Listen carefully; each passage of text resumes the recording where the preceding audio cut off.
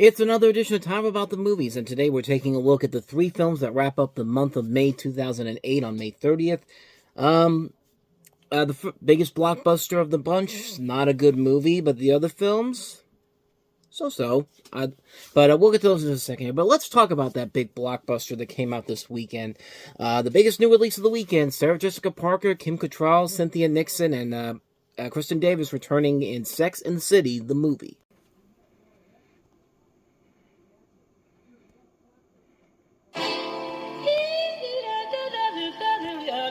Give me a kiss goodnight. It's the last single girl kiss. The ultimate single gal, Carrie Bradshaw, will be married to John James Preston come fall. Should we get you a diamond? No, just get me a really big closet. After years of living in the city, I assumed that if my friends and I ever got our fairy tale endings, that would be the end of the story. Hello. Welcome home, baby. I always knew she'd marry big. You thought that after the second breakup? Yep. After the 15th? Uh-huh. We broke up a lot. But real life 200 people? But don't you I want want you. That's what I want. always has a twist. We've got a problem. I got the call today. I didn't want to hear. I can't believe I was running around New York thinking I'm finally getting my happy ending. And let the wedding get bigger than big. All these voices. Have you ever been a personal assistant? No. Why'd you move to New York? To fall in love. I've been trying to get down, It didn't mean anything. It just happened once. but my will gets weak. I'm pregnant. Oh my God, I think it's about forgiveness. Forgiveness. Even if you don't love You know me. I don't really believe in marriage. Now, Botox, on the other hand, that works every time. I can't believe you're even dressing up. The only two choices for women, witch and sexy kitten. Oh, you just said a mouthful there, sister.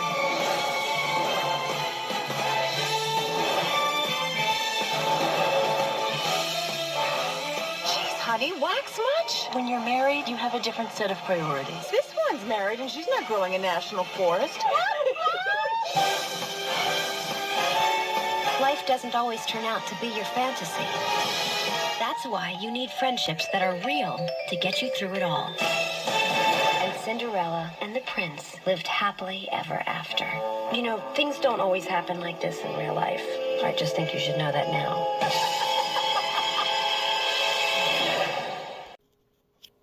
So the trailer for it really doesn't look that different from the television series. I mean, it literally looks like a big screen adaptation of the TV show, but the more you delve into this movie and the more you actually see the film, the moment you realize, wow, this is nothing like the movie at all, the TV series at all. So after moving in together in a possibly beautiful New York apartment, Carrie Bradshaw, Sarah Jessica Parker, and Mr. Big, played by Chris Noth, make a rather arbitrary decision to get married. The wedding itself proves to be anything but a hasty affair. The guest list quickly blossoms from 75 to 200 guests, and Carrie's simple, labelless wedding gown gives way to an enormous creation that will make her look like a gigantic cream puff. An upcoming photo spread in Vogue puts the event, which will take place at the New York Public Library, squarely in the public eye. Meanwhile, Carrie's girlfriend Samantha, the sexpot, Charlotte the sweet naive, and Miranda, the rigid perfectionist, could not be happier. At least they could be happier for Carrie. Charlotte still has the unrealized hope of getting pregnant. Samantha is finding a loving, committed relationship more grueling than she could have imagined, and Miranda unwillingly lets her own unhappiness, created when Steve admits to cheating on her just once, spoil Carrie's. And after a heated encounter with Steve, she happens to spot Mr. Big and tells him he's crazy to get married. She really is only thinking of her own marriage, but her angry remarks gets Mr. Big to thinking. And I guess to the movie's credit, it's not as bad as the second movie. The second movie is absolutely abysmal, but when you watch this movie, it's pretty clear when you watch this film, this was not made by the same people that made this. This doesn't feel like it was made by the same people who made the TV show, because the original Sex and the City TV show was not just about, it was not just about the ladies and their whatever dress they were wearing and the fact that they're so shallow and they're in New York so they feel like they're higher than everybody else. But no, they were characters in the television show. New York City was a character in the television show. Here, it feels like they've regressed everything down to make a safe, marketable movie, which the more I realize it, the more I'm starting to realize that, HBO shows probably should not be on the big screen, especially if you're trying to go for that safe, marketable audience in general. This has the same problems with the Entourage movie, and I love the show Entourage, and when I saw the movie, I was completely let down by it because it felt like a lot of the same things with the Sex and the City movie. It felt like they were truncating it down, making these characters dumber than they were when the series ended. They weren't the same characters they were when the show ended. They weren't in better places. They really do feel like they've regressed down because the people behind this are afraid to let the characters grow up. And that was the problem with the Entourage movie, and it's definitely here in the Sex and the City movie too. I mean, you could tell the focus on this was, let's make sure we get these ladies the best outfits we can to put them on, and have people go like, oh my god, I love your dress and all that type of stuff. That's what this movie really feels like. It's not made for the people who gave their 6 years to the Sex and the City TV show. This is made for people. I've talked about this type of movie before. This is the type of movie that you get your gal pals out for. You put on your nice dresses, your cocktail dresses, your nice high heel shoes, and you go into a movie theater and you sneak in a bottle of champagne and wine and all that. And you talk about other things besides and you talk about do other things that are not related to the movie you're watching. And then when the movie's over, you get home and your husband's just like, so how was the movie? And you're like, wait, did I see a movie? Like, that's what it really feels like with Sex and the City. At least in the movie, because, yeah, the comedy in here is abysmally bad at times. I mean, it's like the writer of this movie, who was one of the writers on the show, and also the director, Michael Patrick King, it's like that he thought, what's the next direction to take Sex and the City in terms of a big screen movie? How about comedy and jokes that are on the same level of a really bad Adam Sandler movie? That's what this feels like. There's parts in here where they throw in pointless, gross-out jokes that make no sense. That scene where, what's her name? Samantha is talking to Miranda about, geez, wax much. Like, apparently they decided to show that she never shaves, and there's like a growing like bush underneath whatever. Underneath Cynthia Nixon's nether regions, her vagina, if you will. But not only that, but there's a running gag where a dog is literally humping the bejesus out of a pillow. And they don't just do this once. They do it several times all throughout the movie because the movie thinks it's so goddamn funny. And it's not. Like, it's absolutely not funny. It wasn't funny the first time, and it's not funny the 20th time you do it in this movie. And then, let's reinforce in some stereotypes, too. Let's have Jennifer Hudson in her first major movie since winning the Oscar for Dreamgirls. Let's make her the magical, mystical Negro of the movie, because that's exactly what she is. She serves no purpose but to help Sarah Jessica Parker's character, and her character is not well written at all, and it's a waste of a really good actress. And Jennifer Hudson. Candice Bergen is in this movie, and she's completely wasted. Let's take the characters that we love from the show and make them complete assholes for no reason whatsoever, or just make them unlikable and undetestable and have them do things that they never did in the television series. Miranda's husband cheats on her, and the way that they play it in this movie is just so preposterous and so ridiculous, and it infuriated me, this movie. But at times, there is still a little bit of the magic that was left in the television series. But at the same time, it's a movie that feels like they're regurgitating something that didn't need to be brought back. And it's a film that doesn't really add anything to it. Like with the Simpsons movie, you could see what they were adding to it. The Bob's Burgers movie. That movie came out, didn't seem like it was really adding anything to it, but it helped make the TV show become something much more. The Bob's Burgers TV show is much better now since the movie came out. Not to say the show was bad to begin with, but the show has been much more entertaining. The stories have gotten much more interesting. The characters evolved after the movie came out. Nobody evolves in these movies.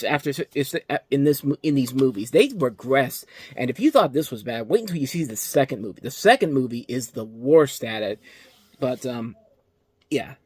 So, like I said, this is a terrible movie. This is not a very good film, but it's at least trying to be Sex and the City, unlike the sequel. But maybe it just goes to show that HBO shows maybe should not make the jump to the big screen. If they're going to do a Sex and the City movie, do it on HBO. Do it on a network that lets you have as much creative control as you want to. Don't take it to a studio where you have to do what they tell you to do. They have to mandate specific things that you can and can't do, and force them to make the comedy even is lazier. Like this isn't even Sex and the City style comedy. Like, this film is a mess of a movie. And I don't know if it's the director or the fact that Darren Star was nowhere near this project, because I think Darren Star was the reason why the show worked as well as it did, because once you took him out of the equation, this franchise just fell off quickly. And it's a bad movie. It's a really terrible film. Avoid Sex and the City like the plague. The movie. TV show, yeah, watch that show.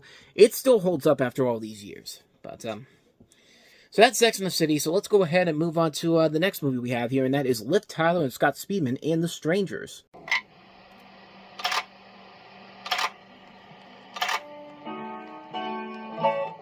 If I didn't care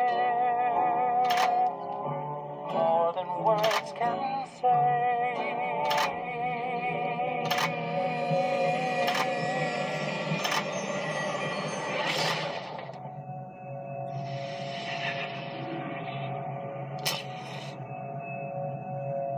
I love you, Jimmy. You're my girl.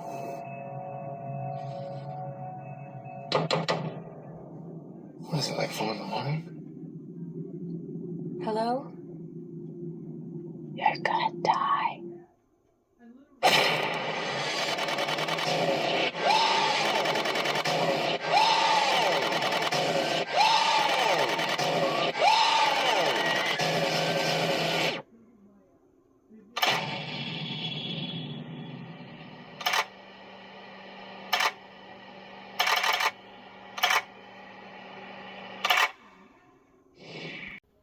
Speaking of things that probably should have been left alone after the first thing they did, The Strangers.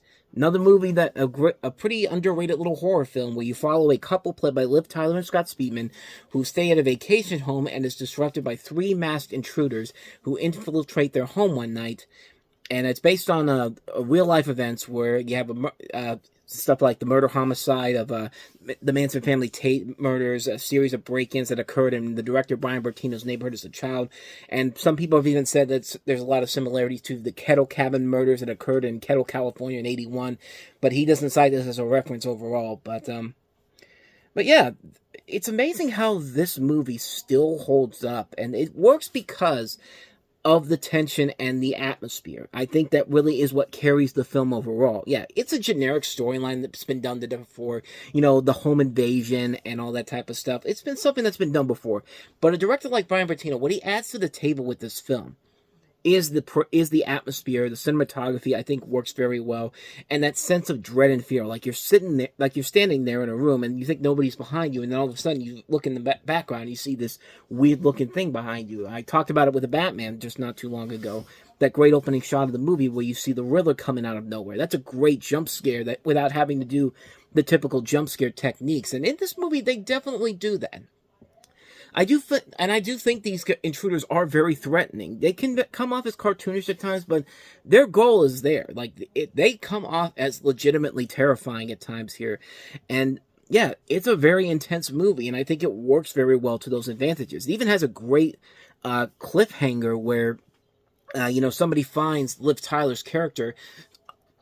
They find Liv Tyler's character unconscious, and then the movie ends with her screaming at the top of her lungs, and that's how the movie ends. Like, it's a memory of all the things that have just happened, and that's a perfect way to end that movie in particular. It's like, leave the audience wanting more, but don't necessarily hype up a sequel coming forward, because let's be honest, anything that's come after this, that's the stuff you can avoid. The sequel that came out 10 years later doesn't even bother to follow the events of this movie. And then, for some reason, Rennie Harlan decided to say, I'm going to do this again, but we're not just going to do a sequel. No. We need to do a trilogy. And guess what? That first film he did was pretty terrible. I mean, but this movie just works on its own. It works on its own merits. It doesn't have to be a franchise film. It's a film that can work with one simple concept, and it works as a standalone film. It works as it is. Like I said, the script overall is kind of a mediocre mess, but the thing that makes it work are the tension-filled scenes, are the scary moments, the atmosphere, the cinematography. I mean, the moments that you will remember forever with that stuff. It's a really entertaining film, and yeah, it's definitely a film with a lot of flaws to it, but it's a film I actually would say I'd recommend checking out. If you want a little bit of a good psychological horror film, this works very well. If the script had been better, this would definitely be up there with some of the better ones. But as it is, it's a good movie. It's one I'd recommend. So with all that said, let's go ahead and move on to the last film we have here, Danny McBride, starring in The Foot Fist Way. I just moved to the area, and I was looking for some sort of workout. What you want is Taekwondo. It's got everything. Mental, physical. Well, that's good, because when I was in school abroad, I really got into yoga, and that's a lot of breathing techniques and meditation. Meditation's terrific and all, but never heard of it saving anyone from a gang rape type situation. Meditate on that. Come on. Your weakness is disgusting to me. Try, Mr. Simmons. Try harder, because right now, you're sucking. Last August, a film was slipped to Will Ferrell and Adam McKay. Do you think y'all can handle this?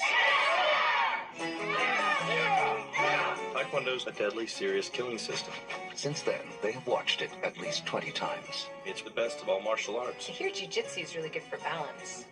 No, jiu-jitsu sucks. They quote it. I don't want to say that you're a whore, but right now, your actions and your attitude are very whorish. They obsess over it. Hey, everybody. What are you doing here? Just come back from working out? No, came from church, you fucking retard. And now, they want to share it. Turn that shit off. Track number 3, Julio. So it begins.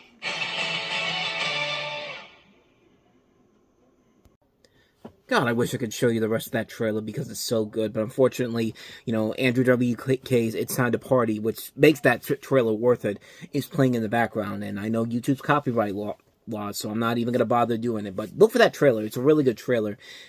But as you can see, Danny McBride plays an inept Taekwondo instructor struggling with marital troubles and an unhealthy obsession with a fellow Taekwondo enthusiast, Chuck the Truck Wallace. And this was a film that was made before he was seen in Hot Rod, because Hot Rod was the first time I saw him in anything, and he was in a lot of other movies too that came out around that time. But Hot Rod was the first thing I ever saw him in. This was filmed back in 2006, I believe, and you have Ben Best, who is I think I've seen him somewhere before. He's like a writer-musician, but you also see Colette Wolfe, who's been in a lot of other stuff too. And the director of this, and of course, him and Danny McBride went on to do Eastbound and Down, which is a great show. And a lot of the elements of what makes that show great are played into this movie. This is a very fun film, a very funny comedy. Danny McBride shows a lot of potential as a leading actor in this movie. He makes it work very well here, and it's a very simple concept. It's a very small-budgeted movie. They were putting this out hoping that it was going to be another Napoleon Dynamite success, and I don't think this is as good as Napoleon Dynamite is, but it's still a really funny movie regardless. It's very in-your-face. It's rated R for a reason, and it's just a ton of fun to watch. I just love the absurdity and the craziness that goes on throughout the course of the film.